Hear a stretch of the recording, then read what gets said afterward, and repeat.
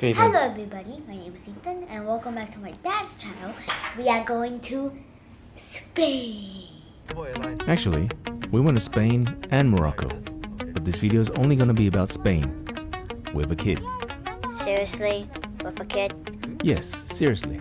This was our first trip overseas since the lockdowns 2 years ago.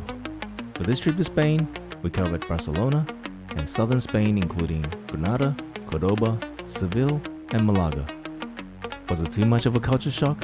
Did we enjoy it? Was it worth it?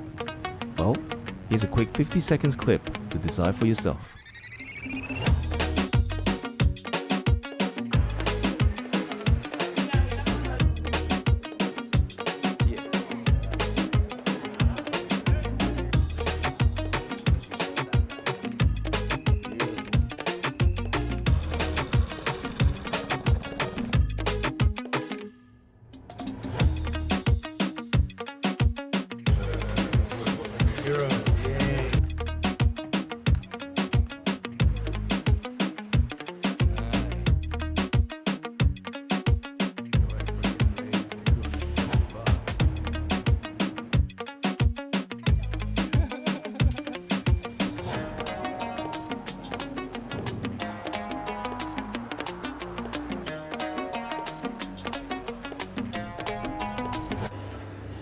What the hell, man?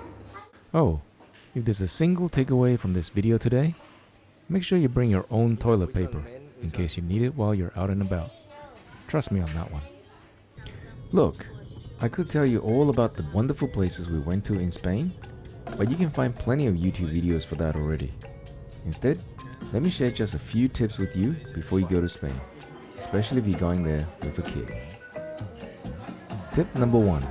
Dealing with kids' boredom.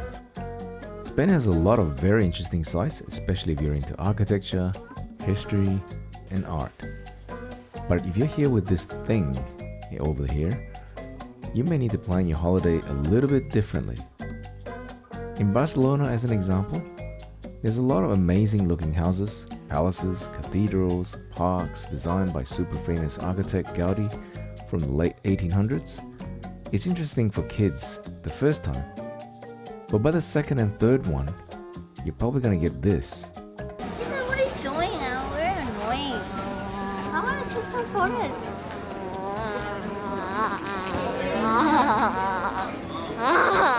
photos. Fortunately for Barcelona, there's plenty of other things to do, including a visit to the local aquarium, This place is awesome. I am going to go hyperloop. go-karting, shopping malls, or just swim around at your hotel swimming pool.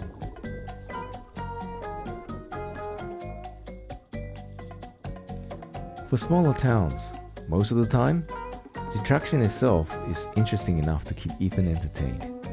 For example, we went to this underground cave complete with beautiful lakes and limestone formations. This is awesome. No problems there for Ethan. Another good one, the flamenco dance performance in Granada got his full attention the entire time. Again, no issues there. But if the attraction is not as interesting to him, we tend to pack in something to distract him with. At Ronda, as an example, we bought him a wooden sword where he could wave it around, terrorizing local citizens at local malls.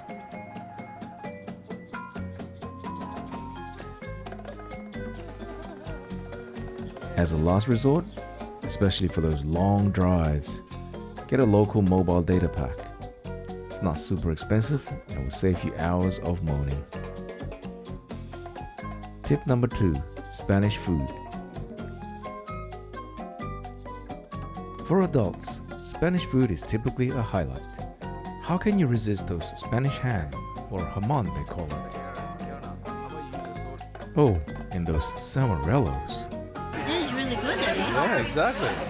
And those ridiculously delicious paellas. And all those sangrilas. You can never have enough of them. Oh, and we can finally afford 1 cup of coffee for each adult without sharing.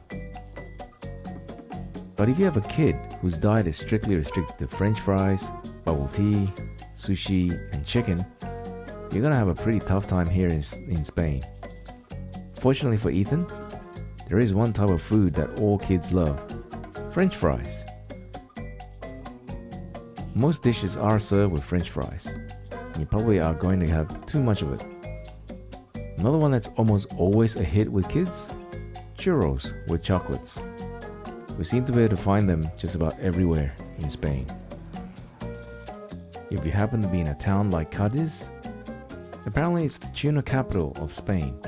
And what surprised me was the fact that most of their tuna are exported to Japan. So naturally, you won't have trouble finding sushi here, as strange as it sounds.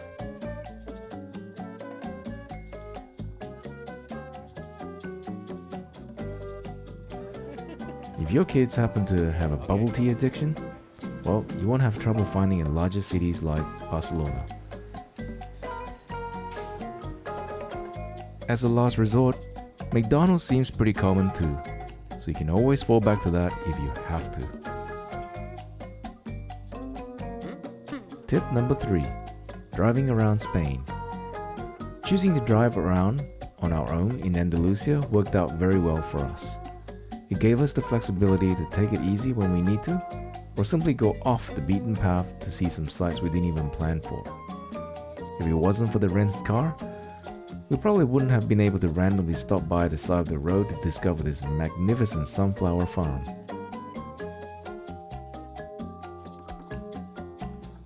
Nor would we have discovered this little defense tower in its original state. We probably would have never took the time to walk around this local seafood market in Cadiz.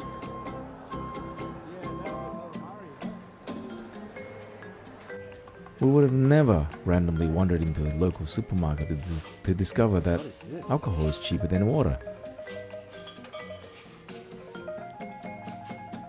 And check out those legs. Not those legs.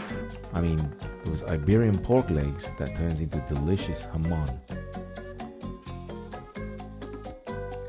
Tip number 4, Spanish tradition. Most Spanish traditions like flamenco dances, siestas, which is basically shops closing for a couple of hours in the afternoon every day, the love of soccer or football, whatever you call it, I wouldn't consider any of those a culture shock. If there is one, I would probably put bullfights high on the list as something you may want to prepare yourself for if you're going to go and watch it. It may come across as inhumane, with a sad ending for every bull that comes out of onto that arena. It's not for everyone, and you probably want to do your research before buying your tickets to see it. Let's just say we left the ring early.